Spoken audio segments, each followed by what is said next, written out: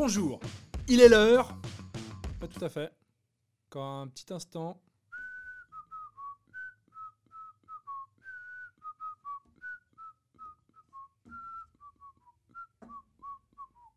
C'est le watch time pour YouTube.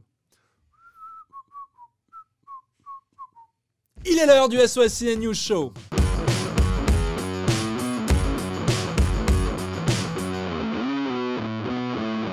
On va commencer tout de suite par les annonces de Blackmagic. Alors je n'irai pas dans les détails parce que je compte faire une émission consacrée à Blackmagic. Oh maître Blackmagic, nous sommes tes humbles disciples. Blackmagic vient d'annoncer un upgrade de sa caméra Pocket 6K. La nouveauté, c'est une nouvelle batterie, une batterie NPF qui vient remplacer les anciennes LPE6 et ça c'est plutôt une bonne nouvelle puisque la LPE6 présentait un défaut majeur. Elle était petite et donc l'autonomie de la caméra était... L'autre nouvel ajout, c'est les filtres ND intégrés. Et ça, c'est plutôt cool. Ça permet d'avoir des filtres ND directement sur le capteur. Comme dans les caméras professionnelles, on va même peut-être pouvoir s'en servir en extérieur, de la fameuse Blackmagic nouvelle autonomie, filtre ND intégré. Et le corps caméra change. On va pouvoir mettre un viseur sur la caméra. Et l'écran aussi bouge. Et il y a une nouvelle colorimétrie. Mais ça, c'est aussi pour toutes les autres Blackmagic qui a une nouvelle colorimétrie. Et non, c'est tout. Ouais, non, c'est tout. Bon, c'est pas mal. Bon, c'est bien. Elle vous hype, la 6K? Laisse un commentaire. La deuxième annonce, c'est l'Atem Extreme Pro et l'Atem Extreme Pro ISO. Alors, au départ, quand j'ai vu la photo, je pensais à un photomontage et qu'il nous faisait un poisson d'avril en février.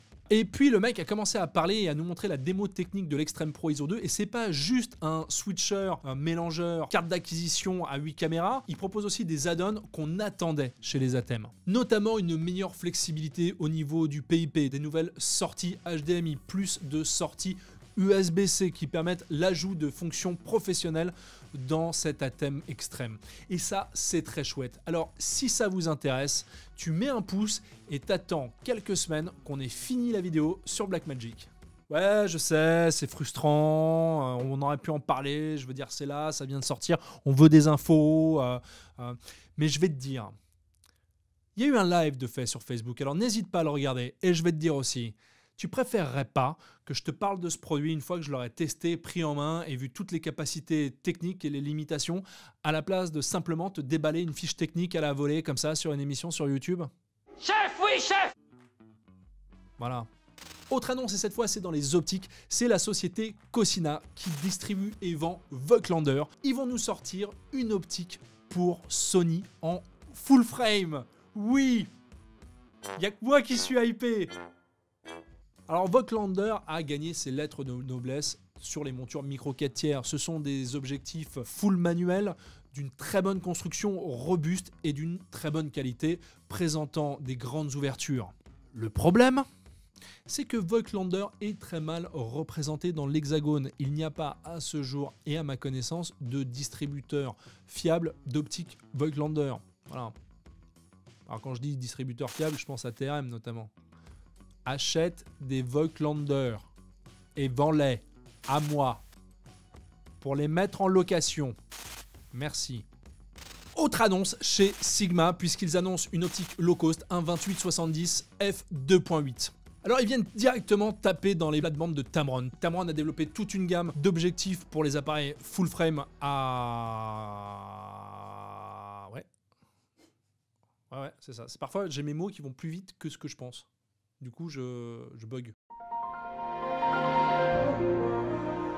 Tamron a développé toute une gamme d'objectifs pour full frame Sony et ils étaient un petit peu les seuls à proposer un zoom low cost, le fameux 28-70 Tamron, qui a su séduire, je dois le dire, pas mal d'utilisateurs photo. Alors j'ai eu le plaisir de faire une petite sortie photo avec le Tamron 28-70 et comment dire, bon bah sa vignette, hein.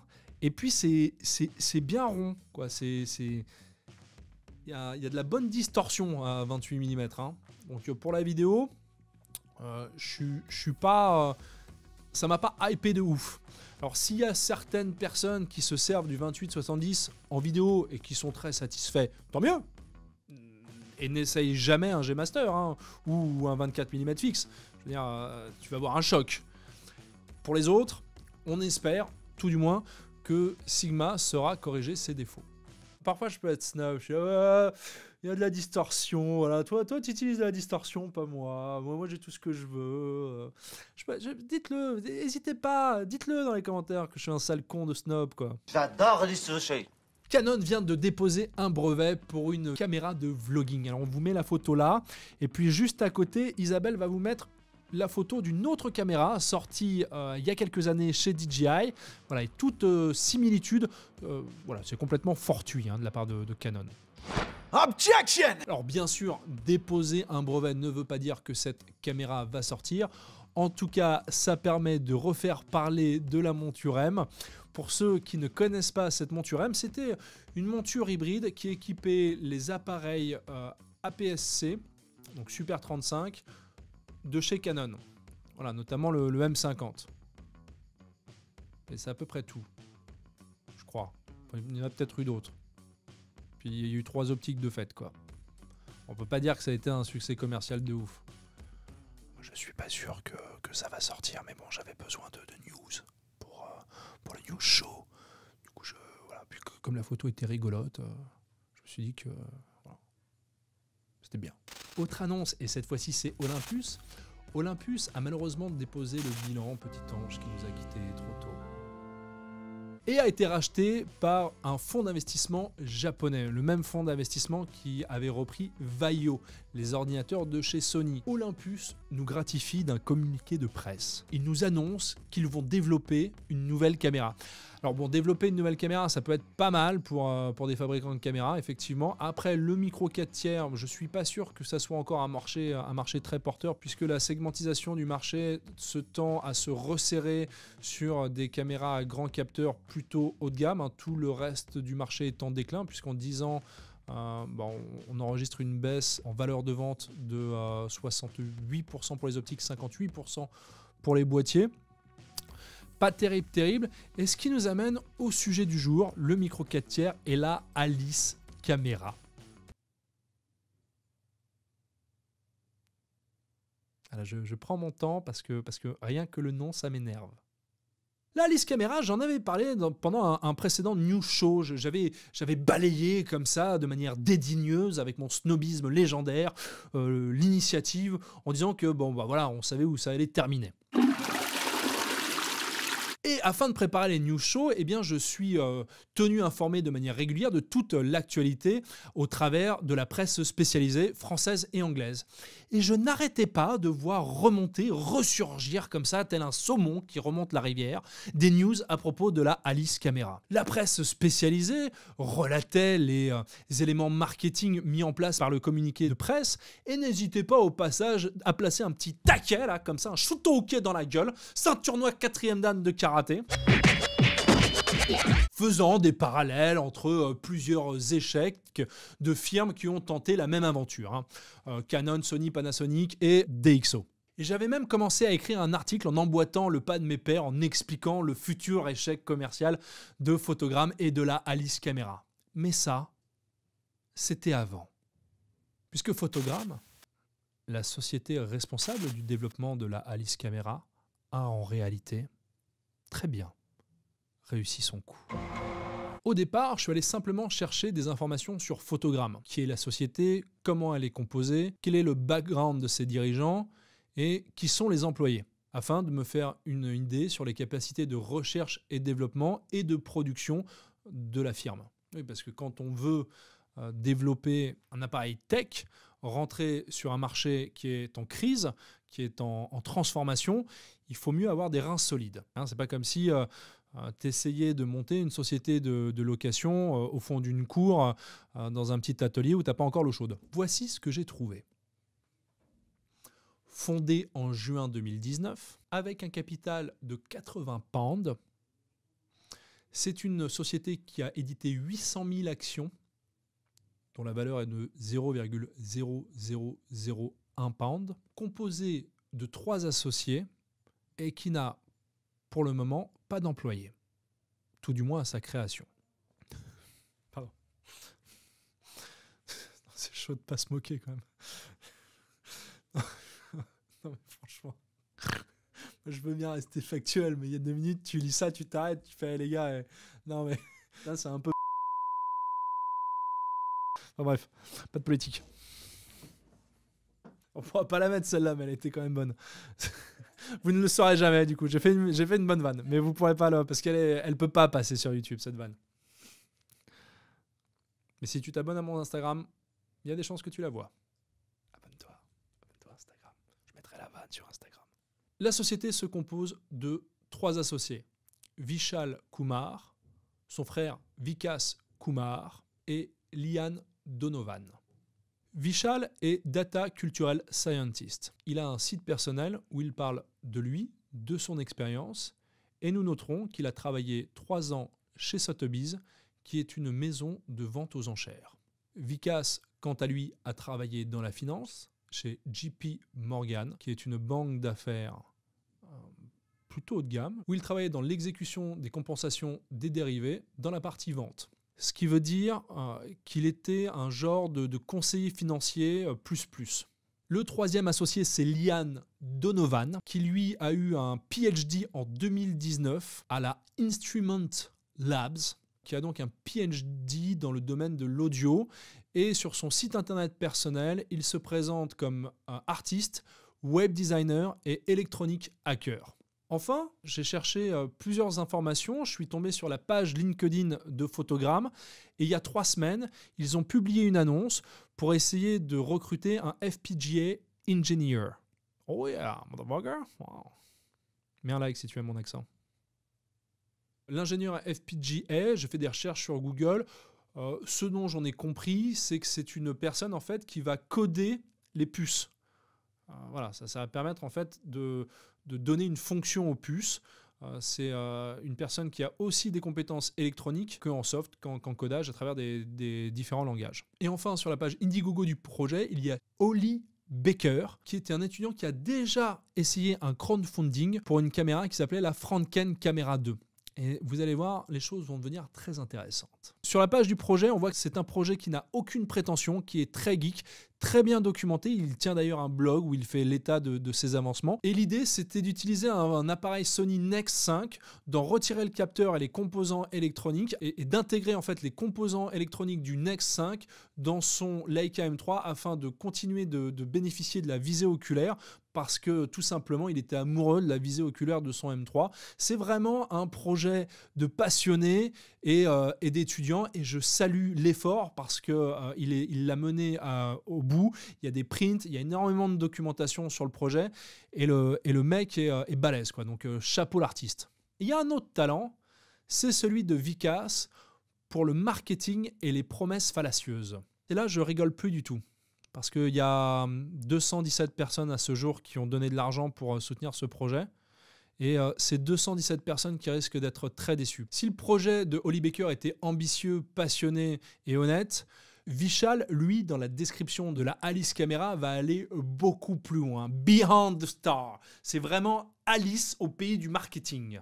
Putain, non mais ça m'énerve tellement, j'arrive pas, ça fait 2 jours que je l'écris, je suis tellement énervé, quoi. Non mais il y a quand même 217 personnes qui vont foutre leur oseille là-dedans pour rien, je vous explique. Donc sur la page du YouTube de la Alice Camera, c'est Vishal qui présente chaque vidéo. Sur toutes les vidéos de la Alice Camera, on nous montre ce body en aluminium qui a été développé par une société de design et sûrement printé via une imprimante 3D qui permet d'imprimer de l'aluminium. On va retrouver ce corps caméra absolument partout et sur toutes les vidéos. Pourtant, il nous explique qu'il a un prototype fonctionnel, mais on le voit jamais.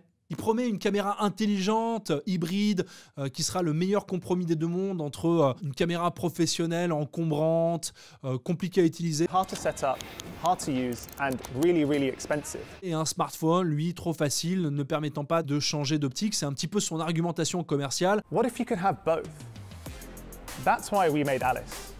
Sauf que voilà, pour moi, je vois beaucoup trop d'incohérences. Il nous explique qu'il intègre un processeur qui va permettre de linker le corps caméra au smartphone et que tout ça donne naissance à une nouvelle intelligence artificielle. Et dans un autre communiqué, il nous explique que la caméra peut aussi fonctionner seule et qu'elle n'a pas besoin du smartphone. A lot of people think that Alice won't work without your phone attached. That's not true. The camera does work without the phone connected. Donc, grosso modo, est-ce que le smartphone, c'est juste un écran?